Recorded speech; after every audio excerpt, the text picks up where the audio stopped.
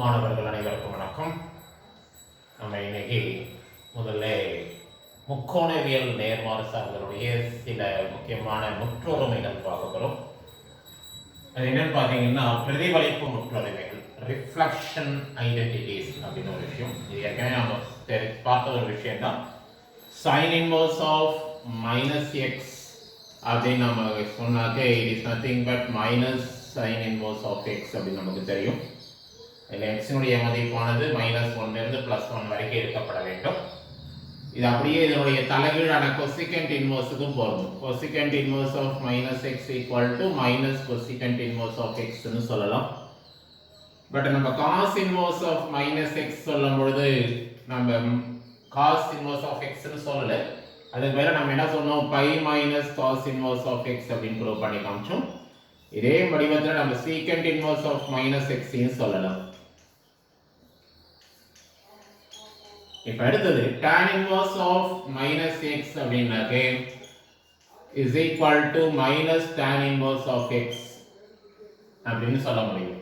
tan inverse of -x என்பது minus tan inverse of x ன்னு முடியும். ஆனா cot inverse of -x அப்படின்னு சொன்னாக்க minus cot inverse of x ன்னு சொல்லக்கூடாது. அதான் நம்ம முக்கியம் இந்த விஷயத்துல.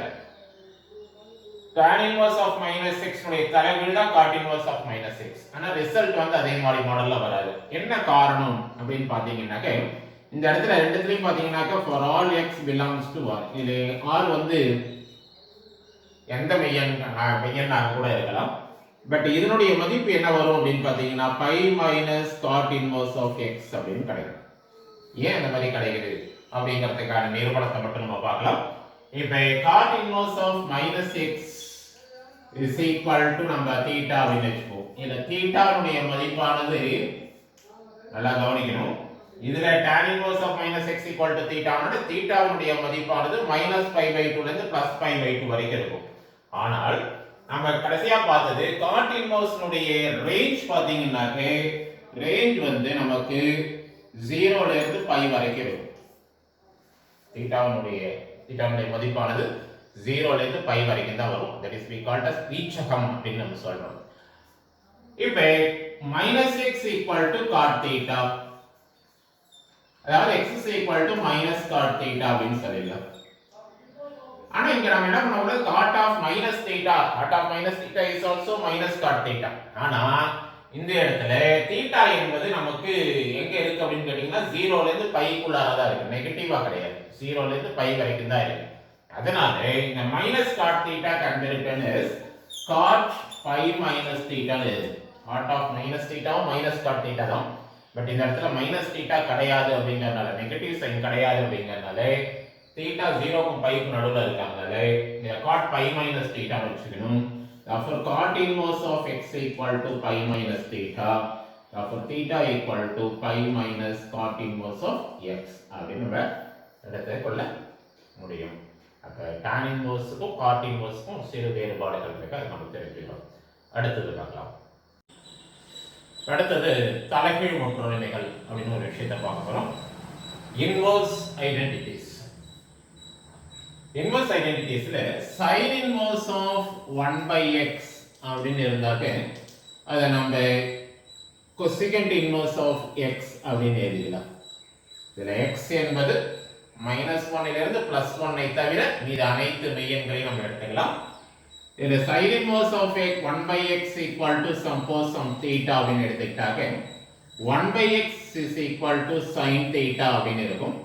therefore x is equal to நம்ம sin theta உடைய தலைகீழாக மாற்றிக் கொள்ளலாம், cosecant theta ன்னு எழுதலாம். therefore theta equal to cosecant inverse of x ன்னு மாறிடும். what is theta for us? theta என்பது sin inverse of 1/x நாம் சொல்லியிருக்கோம். therefore it is cosecant inverse of x. இதே வடிவத்துல இருந்து cos inverse of 1/x equal to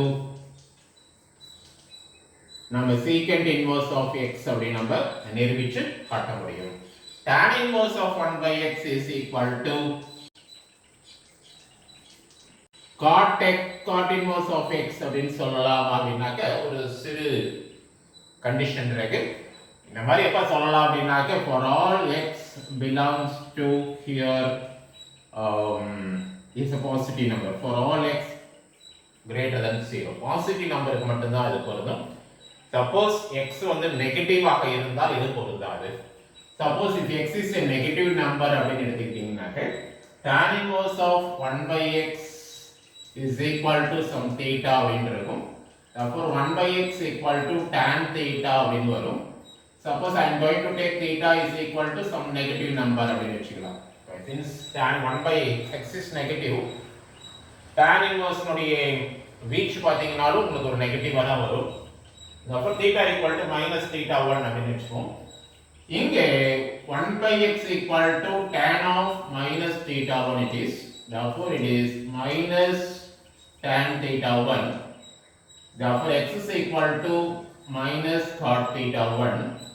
but நம்ம காட்டுக்கு மாறும் பொழுது காட்டினுடைய வீச்சகம் எங்க இருக்கும் அப்படின்னா 0 ல இருந்து π வரைக்கும் இருக்கும்னு சொன்னோம். Therefore minus cot theta 1 can be written as cot phi minus theta 1 அப்படின்னு மாத்தி எழுதிக்கணும். Therefore cot inverse of x is equal to pi minus theta 1. We know theta 1 is nothing but minus theta. Therefore minus theta 1 is plus theta. Plus theta is equal to cot inverse of x minus theta அப்படின்னு எழுதிக்கலாம். What is theta for us? Theta is nothing but tan inverse of 1 by x. அப்போ tan inverse of 1 by x க்கு ரெண்டு விதமான result இருக்கு. One வந்து cot inverse of x ன்னு சொல்லலாம். Suppose if x is positive, if suppose x is negative, then it can be written as cot inverse of x minus pi அப்படின்னு சொல்லணும். இதுதான் தலைகீழ் முற்றொருமைகள் என்பது. இப்போ பயிற்சி 4.4க்கு போகலாம். இப்போ பயிற்சி 4.4க்கு வருவோம். இப்போ முதல்ல நம்ம பார்க்க வேண்டியது சில secant inverse, God inverse, cosecant inverse உடைய மதிப்புகளை எப்படி கண்டுபிடிக்கலாம் அப்படிங்கிறத பார்ப்போம். இதனுடைய முதன்மை மதிப்புகள் எப்படி இருக்கும் அப்படின்னு பார்த்தீங்கன்னாக்க secant inverse of 2 by root 3 இதை நம்ம தீட்டா அப்படின்னு வைத்துக் கொள்வோம். Therefore secant theta is equal to 2 by root 3 அப்படின்னு கிடைக்கும். அப்ப cos theta என்பது root 3 by 2 அப்படின்னு வந்துரும். அப்ப cos theta எப்ப root 3 by 2 வரும்னா theta is equal to நமக்கு 30 degreesல வரும். therefore theta equal to pi by 6 என்பது இதனுடைய மதிப்பு. இரண்டாவது பாத்தீங்கன்னா cot inverse of root 3. again இந்த cot inverse of root 3 நம்ம theta அப்படின்னு எடுத்துக்கொள்வோம். therefore cot theta is equal to root 3 அப்படின்னு ஆயிடும். therefore tan theta is equal to இதனுடைய reciprocal எடுத்தீங்கன்னாக்க 1 by root 3.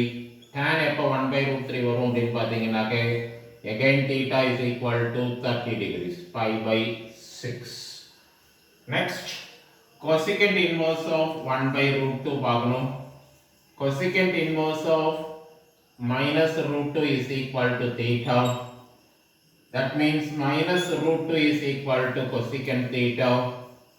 that is sin theta is equal to minus 1 by root 2 implies theta is equal to sin theta is equal to 1 by root 2 na 45 degrees minus 1 by root 2 na minus 45 degrees minus 5 by 4. okay நம்ம இரண்டாவது கணக்கு வரலாம். tan inverse of root 3. tan inverse of root 3 எப்ப கிடைக்கும் அப்படினு பாத்தீங்கன்னா நமக்கு pi by 3 that is 60 டிகிரில கிடைக்கும். secant inverse of minus 2.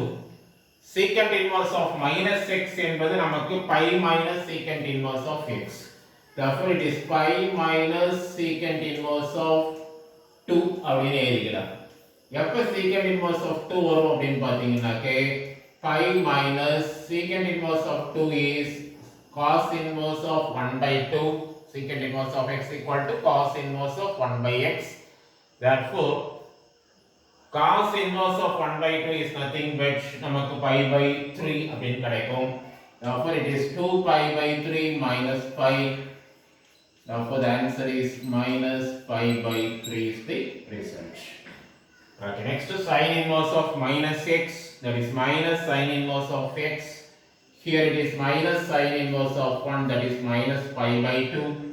cos inverse of 1 by 2, cos inverse of 1 by 2 is again pi by 3 for us, plus cot inverse of 2. we don't know the value for cot inverse of 2, அதனால நமக்கு அது மதிப்பு தெரியாது. அதனால just keep as it is. minus pi by 2 plus pi by 3 என்பது minus pi by 6 plus cot inverse of 2. Okay, next. Cot inverse of 1. Tan inverse of 1 is pi by 4. Therefore, cot inverse of 1 is also pi by 4. Sin inverse of minus root 3 by 2 minus 60 degrees. That is minus pi by 3. Minus secant inverse of minus root 2 is nothing but pi minus secant inverse of root 2. Therefore, it is pi by 4 minus pi by 3 minus pi minus into minus plus secant inverse of root 2 is nothing but cos inverse of 1 by root 2. Therefore, cos inverse of 1 by root 2 எப்போ வரும் பாத்தீங்கன்னாக்க 45 degreesல வரும். Therefore, it is 2 pi by 4, that is pi by 2 minus pi by 3 minus pi. If we take the LCM, 3 pi minus 2 pi minus 6 pi. Therefore, the answer is minus 5 pi by 6 is the answer. நன்றி, வணக்கம்.